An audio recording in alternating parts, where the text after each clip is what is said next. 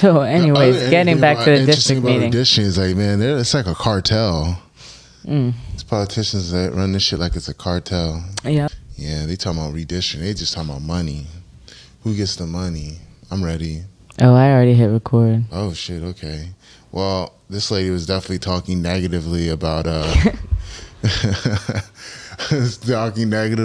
little black kid. She's a LA councilwoman, Nury Martinez, and she stepped down 3 days after that dropped. She called the kid a little negrito, which I guess is a Spanish equivalent of like calling him a niglet. Yeah, basically. Yo, was that? I'm not sure if that was a phone call or a leaked conversation. What I do know is that she stepped down from the presidency the presidency of the council 3 days after that happened. But it took her till Biden called her out on social media to resign for her to actually like give up her seat in the council. Because there's so much money on the line. They're talking about redistricting and USC. It's a lot of money going around in that conversation. I would like to hear the rest of it because they're speaking so freely. Just calling a kid a negrito, like calling him a little monkey later on in the conversation, I guess. Yeah, it's just wild. I think they were saying that because she was talking about black people and she said like some white coworker, and I think she said something about how she brings like the kid around like a Prada bag, that negrito kid possibly. But it's just wild, the things people have the audacity to say. That is true. But is it legal to record someone's private conversations in a situation like that? I am not sure. She could probably get a bag from suing these people for recording her while she didn't know. Well, it was leaked, so they don't necessarily know who leaked it. Somebody in that room leaked it then. That's so weird to record someone's conversations. I mean... That's very creepy. You gotta think, like, you gotta understand, whoever like recorded it or leaked it has probably been hearing that behavior and sees everything that she's doing and tried to like shed light on it. Cause like imagine if she didn't resign and if she just continued to hold her seat, not just on the council, but in the presidency. Yeah, but that's just a drop in the bucket. You get her out of there, there's going to be 20, 30 people that want to replace her that feel just the same, if not worse, about black people. I mean, then people just have to continually hold people accountable, like despite the consequences, which there generally are greater consequences than benefits when you hold somebody accountable like that personally. But when you do it for the greater good, I guess, martyrs for the cause. People that have money don't have to face accountability. People in positions of power never have to face accountability, ever. How many times? It's so rare that if it ever does happen, it's a big deal. But for the most part, people that are in positions of power or money or influence, they almost never face consequences. And if they do face consequences, it's a small fraction of what they would face.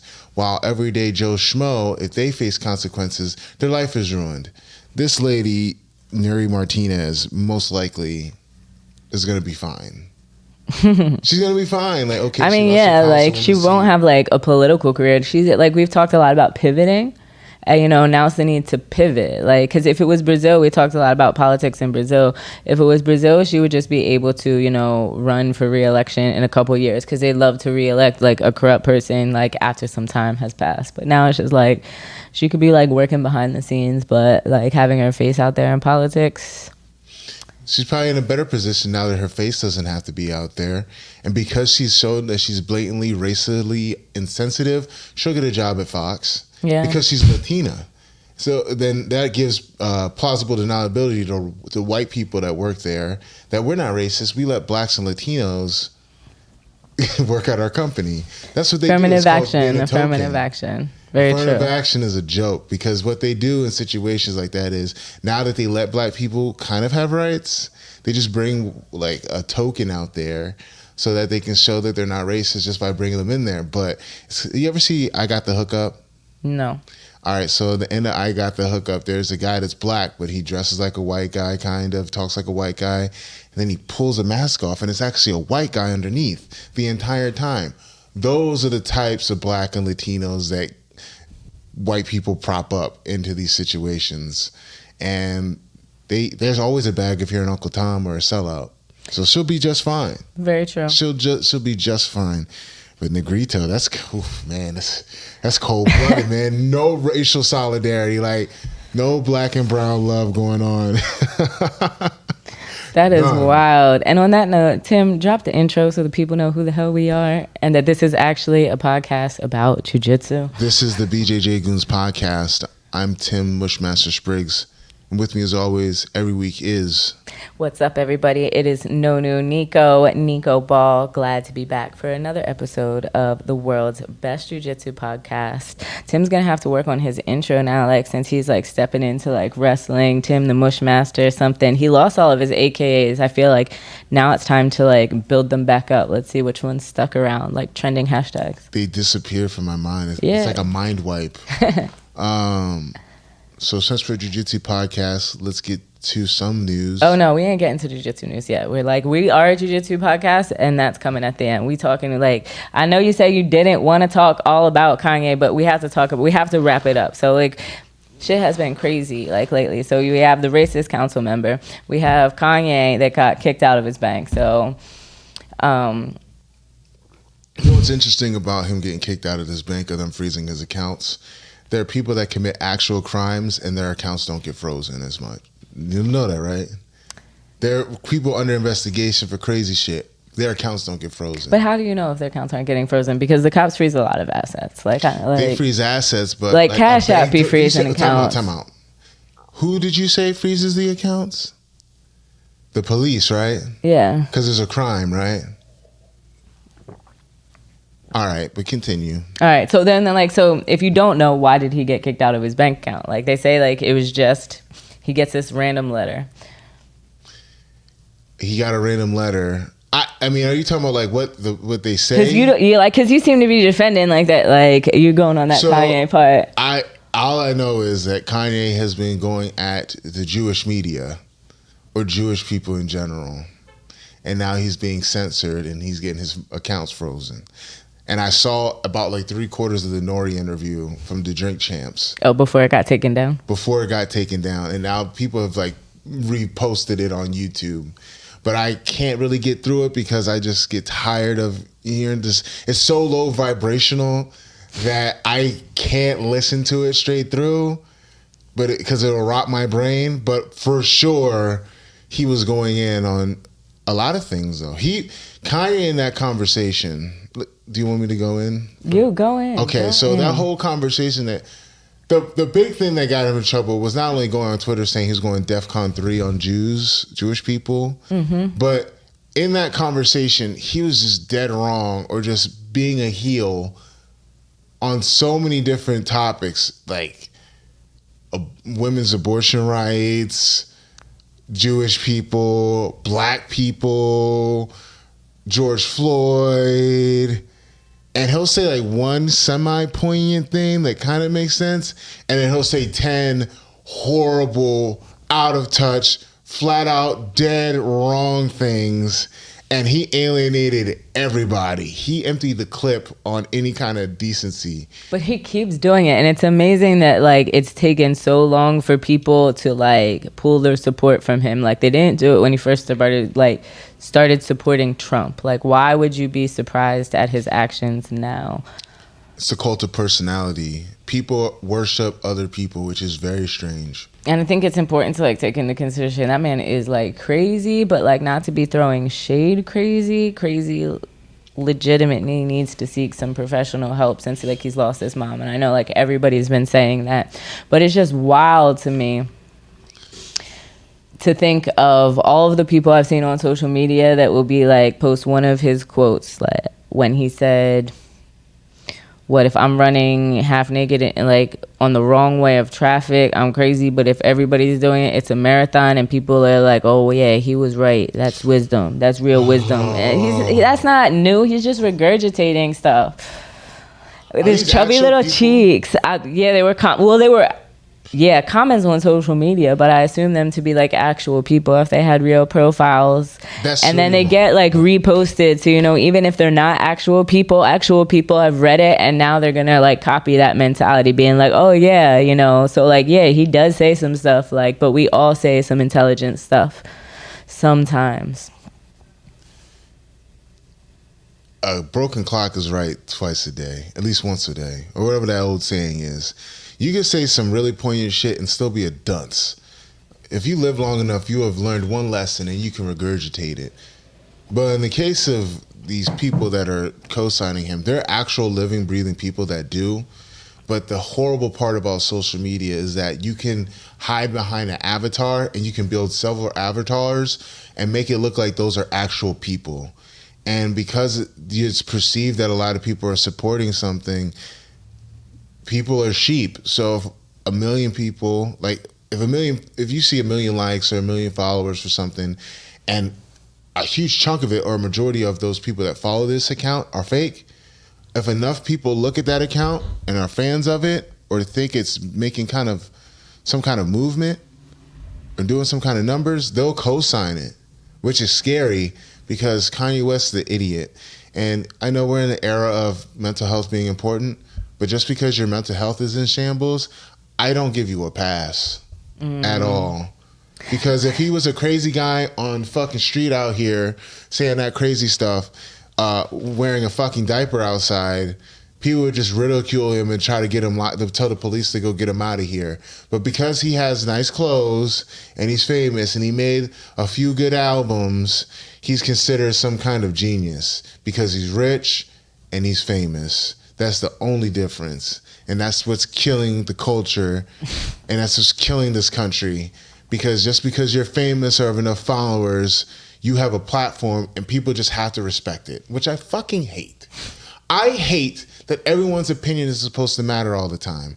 No, your opinion doesn't matter. Most people's opinions are shit. You wanna know why? Because most people are fucking dumb. And most people now, you don't even have to be famous.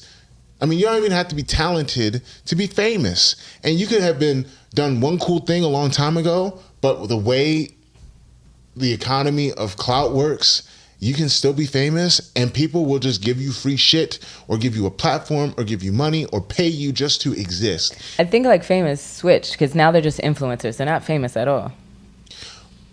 Well, what is fame? Influence? I mean, maybe fame is switching over to an influencer. And like before we put fame on people that were talented and good at something, like being good at basketball or being good at music. And like we judged fame by skill. But now fame is kind of going off of like social media influence. And that's scary. It's not real though. Yeah, that's social what I'm saying. It's like real. when you talk about fame, like and all these people that have influence, I don't consider these people to be famous. But yeah, like people do, then that's why they're followers. And it's just creepy. I saw a documentary about this guy paid for bots and like did a whole scheme to get random people. I think we talked about this when we first started working together on the podcast. They paid like money to make someone an influencer and make them famous. And these are regular, everyday people that had nothing going on. That's the era that we live in. That is the era that we live in. Like it's very possible that someone could just make some shit up, get famous, and they'll have influence. And they could tell people to do anything because people are sheep and people are followers. I'm surprised we don't have another Jonestown incident. If you don't know what Jonestown is, Google it. I'm not going to explain it to you, but Jonestown incident, or just you could make a cult now so fucking easily. And like we're lucky that people have only kind of made cults for like their own self-interest and it's not super dangerous. But then again, like Donald Trump got a platform and like he became president and like damn near destroyed democracy. I mean, he's still trying to. You get what I mean? I mean, you get what I mean? Like that's what we live in. This is the world we live in now. It's just so absurd. I have another take on the Kanye thing. I'm not going to go in too much because we have a limited amount of time because it's a free episode. But I will say this about the actual Drink Champs podcast, right? Drink Champs is hosted by Nury, who's a rapper, and he's funny. He's a goofball, right? He is a rapper. He's not a journalist. He's not Dan Rather. He's got connections in the community, and he's bringing light to his community that he's part of. Like, you know, that's what... And people are getting really mad at him. Why? For having Kanye on? Yes, people were mad at Nury. They wanted to get mad at him because why would you give him a platform? And to that I say this. It's called Drink Champs, bruh. is not 60 fucking minutes. It's a bunch of niggas that used to rap or DJs. They bring other dudes that used to rap on there and they get drunk, they talk shit, they talk about their career, they just shoot the shit. Okay, this is not, well, hold on, let me finish. And it's a fucking problem. But Joe Rogan brings articulate Klansmen and bad faith actors, and no one bats a fucking eye. They don't want to take down his podcasts. They don't take his shit down. They don't go on a witch hunt for him. What's the difference, though? You got the fucking demographic, Tim. You got to think about it. If Joe Rogan is poisoning people, the majority of his listeners are white. And if Drink Champs is poisoning people, the majority of their listeners are black.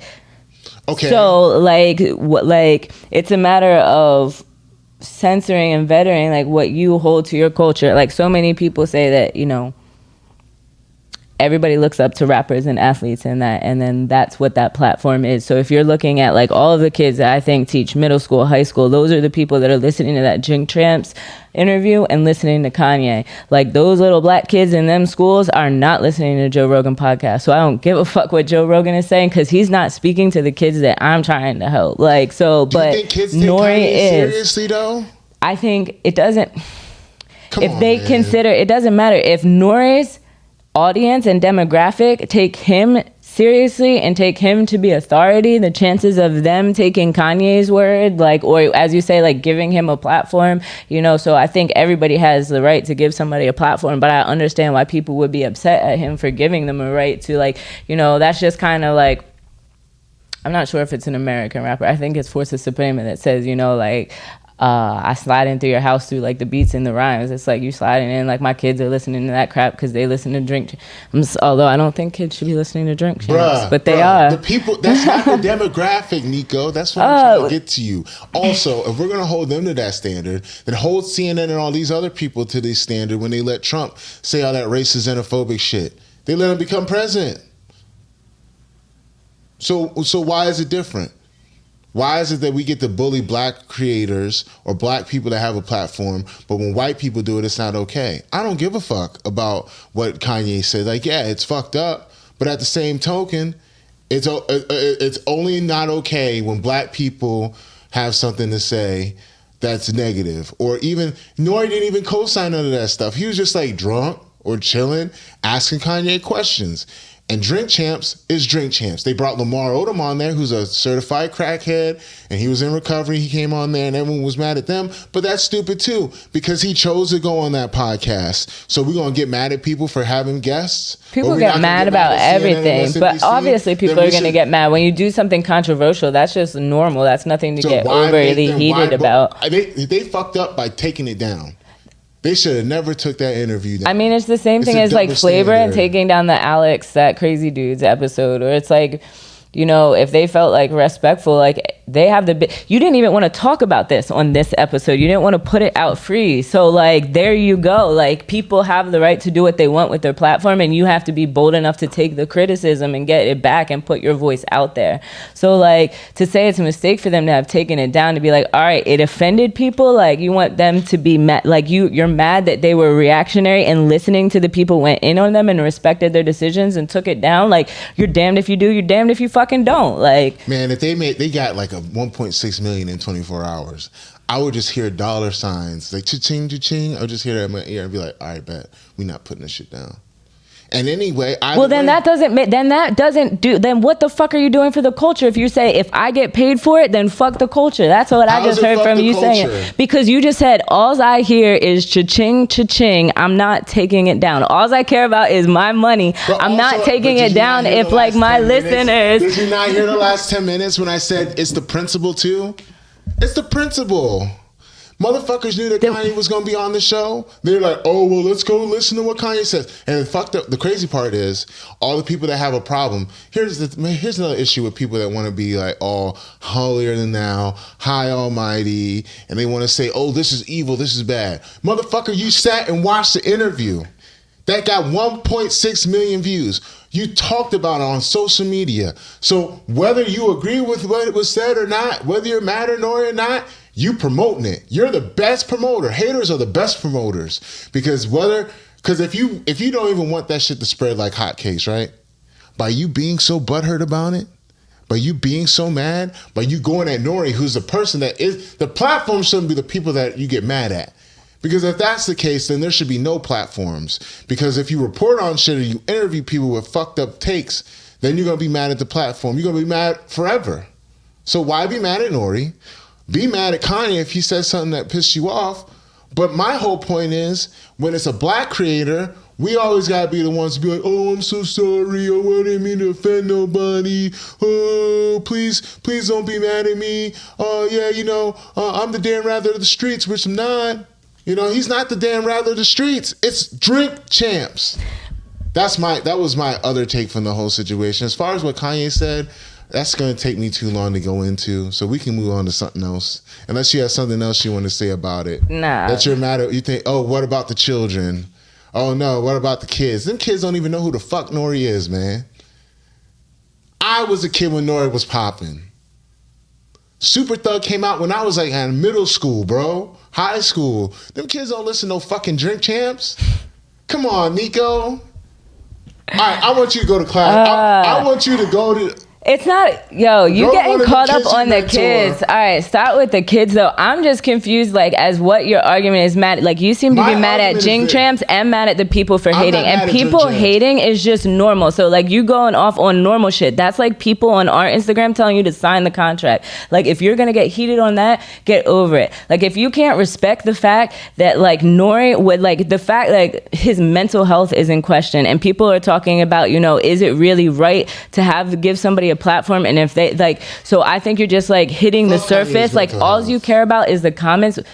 Well, then fuck you, Tim. That's how I feel about it. We just don't agree on this. I think it's a lot deeper for somebody to be okay, yeah, we were wrong. Maybe we shouldn't have, because he is bipolar. Maybe he does need medication. And it's a deeper thing than the trolling comments. If you're getting into mental health and your perspective on mental health is fuck mental health, when we've had Submit the Sigma and all of this, then there's nothing to talk about that. Because he really went on the all show. Right, then cool. Then why are you bitching about it? I don't get it. You're mad at them for taking it down, and it was for what? Because you're mad about your feelings when they made prudent business decisions is how I feel about it. But that's cool. A prudent business decision? Because they thought about it. Maybe it's prudent or not. I think it's you're oh, they're mad. They did it because of the comments. And I don't think if you looked into it, that's why they took it down. Oh, some haters in the comments. Because just like you say, the kids ain't watching Nury ain't watching the fucking comments. So it obviously went into something deeper, behind the scenes and things that actually people said. So cool. You don't give a fuck about anybody. You get caught up on the trolls,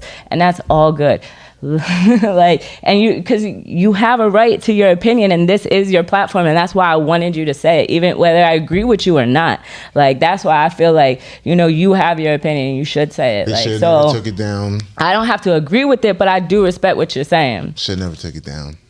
And that's the thing. It's I just say you can have your whatever they did or didn't, but without knowing the full reasons. I think it's a little. I didn't even know that they fucking took it down. I didn't know when it came out. Because again, when you talk about giving fucks, I don't have that many fucks to give, but I do respect the situation and my ability to why he did it. I inform myself of why his words against Jews are detrimental, and it's a matter of personally informing yourself, I feel and then not speaking on shit that you don't know. Why would I be up in the comments? It doesn't.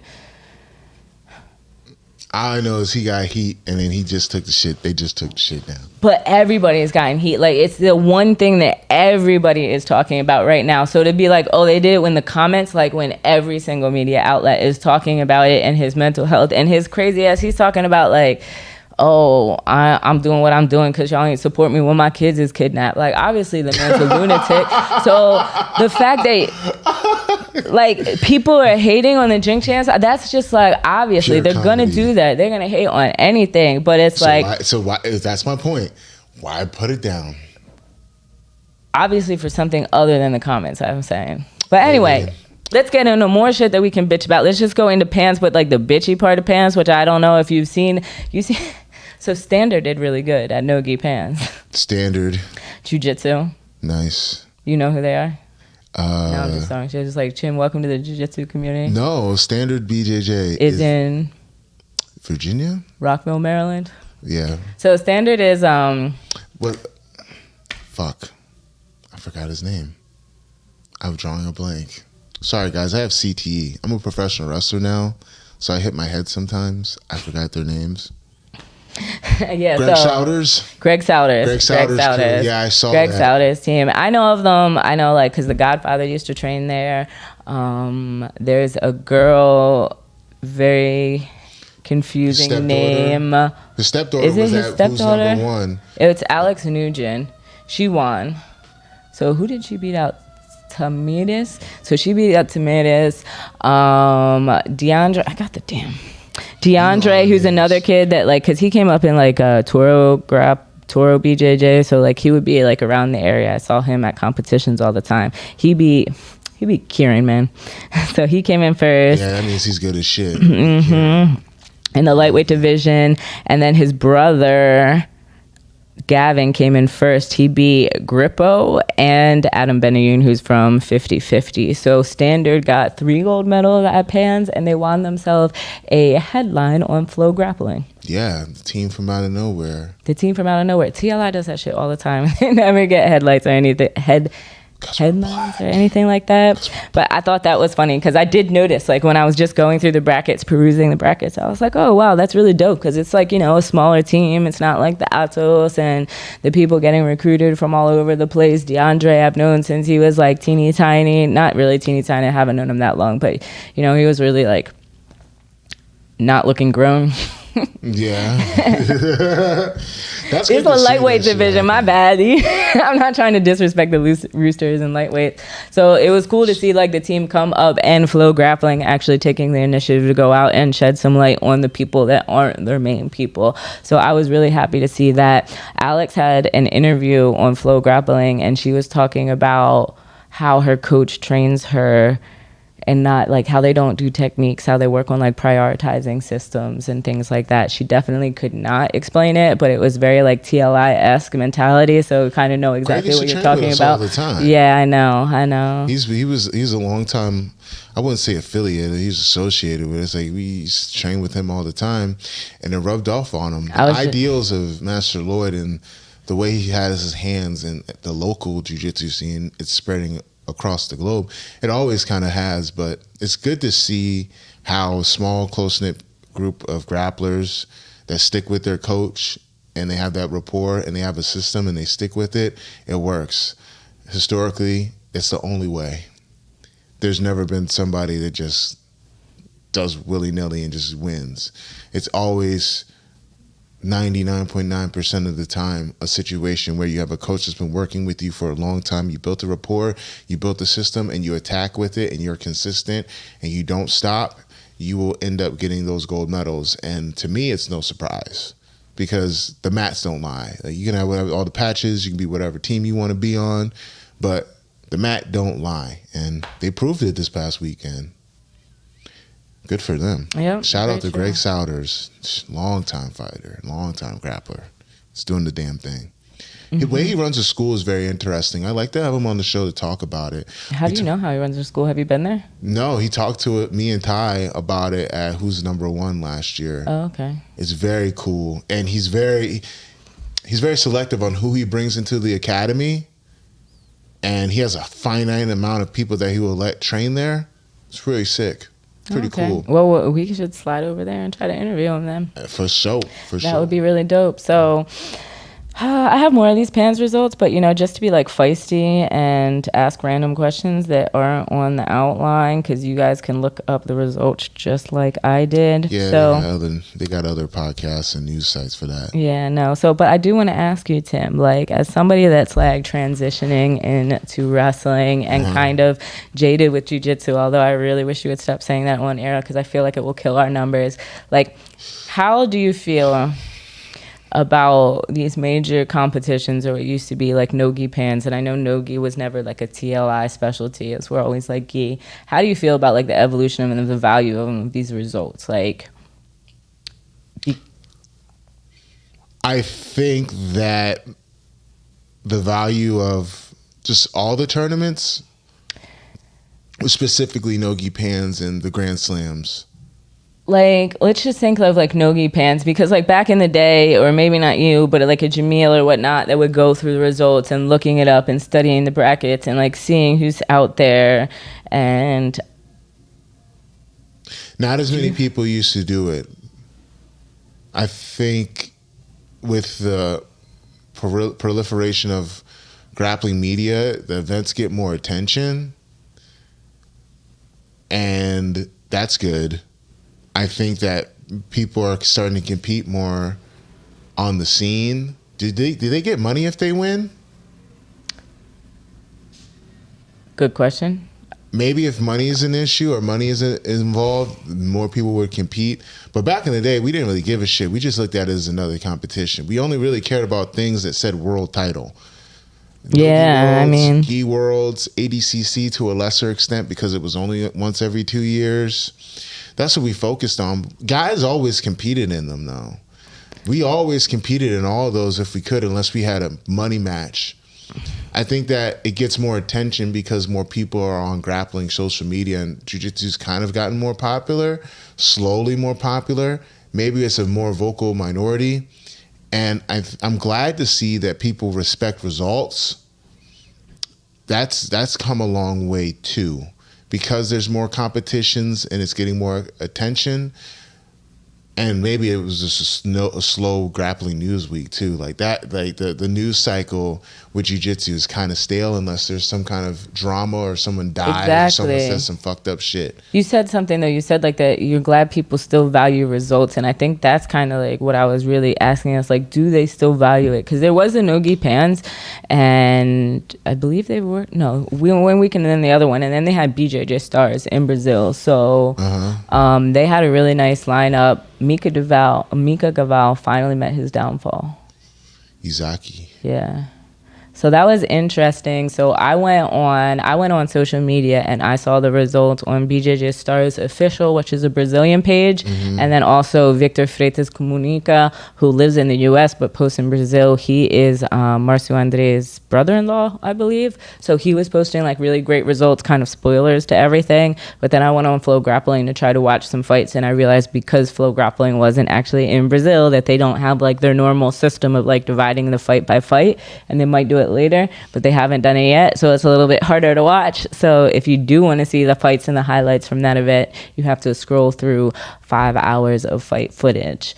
So it's like, are people really valuing the results? And if they are valuing the results, it's like, from an analytical standpoint, like, what is your pool though? Like what competitions are you actually taking into consideration? It's a level of competition. Before, with grappling, the highest level of competition would be worlds or pans in the gi. I would argue that it still kind of is on a more consistent basis, yearly basis. But now there's more guys competing, so you're going to get more good matches, a tougher competition more frequently because the competitor pool is bigger, just on the sheer number. As far as the attention, maybe it's not that more people care. Maybe it's just that it's actually getting covered, or it's more easily accessible. Because I think the same amount of people give a shit about who wins what tournament.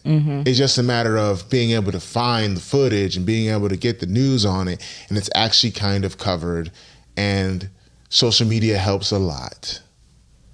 Also, it could be, but it could just be that social media is better at curating, or certain platforms hit the algorithm in a way where if you do jiu-jitsu and you're on social media, you are going to see it. That could be it. That could be it too, because maybe, I don't know the sheer number of people that actually do jiu-jitsu. Me neither. And you also said something that's very interesting when you talk about like analyzing results, and it's like back in the day, TLI, that was all about like the world titles and like the world championships, unless they had like a specific money move fight. But it's like where, and like the results are about who is the best and who is the most active. But like, where are those people competing? Are they in like the tournaments because like that was what had the prestige, or are they going for like the paid tournaments now because like they're trying to make money? Like, so it's like interesting. I don't expect you to have answers. They're just comments. I'm just throwing out questions. One last thing though on that, to answer that question, it is very hard for jiu-jitsu, and it might be our downfall as a sport, that there's so many different rules as a competition that there really is no way. And it's just if I'm new to the sport, or I'm a novice, or I'm just casual, how the fuck am I going to know who's fighting who and when and where, and how does it matter, and is it important? Because there's different standards. Yeah, the standards. Mm-hmm. Any other questions for me? Interesting thing. No, I think that. Well, just thinking about standards now, that got me. It's like, Yeah, there's so many different standards, but we have high standards here, and we appreciate you for watching. Nico, where can we find you on social media? You can find me on Instagram at @no_new_Nico. That's _new_Nico.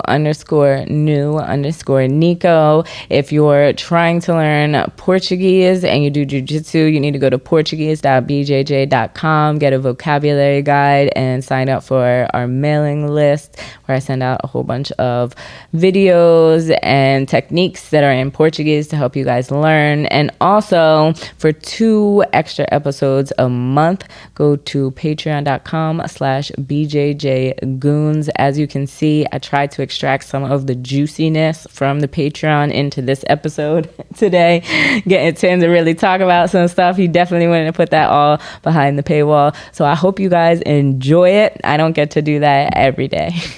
You can find me on Tim Spriggs BJJ on Instagram or Facebook. You can also see me on Twitter at MushmasterWins. Thanks for watching another episode of the BJJ Goons podcast. Until next time, peace.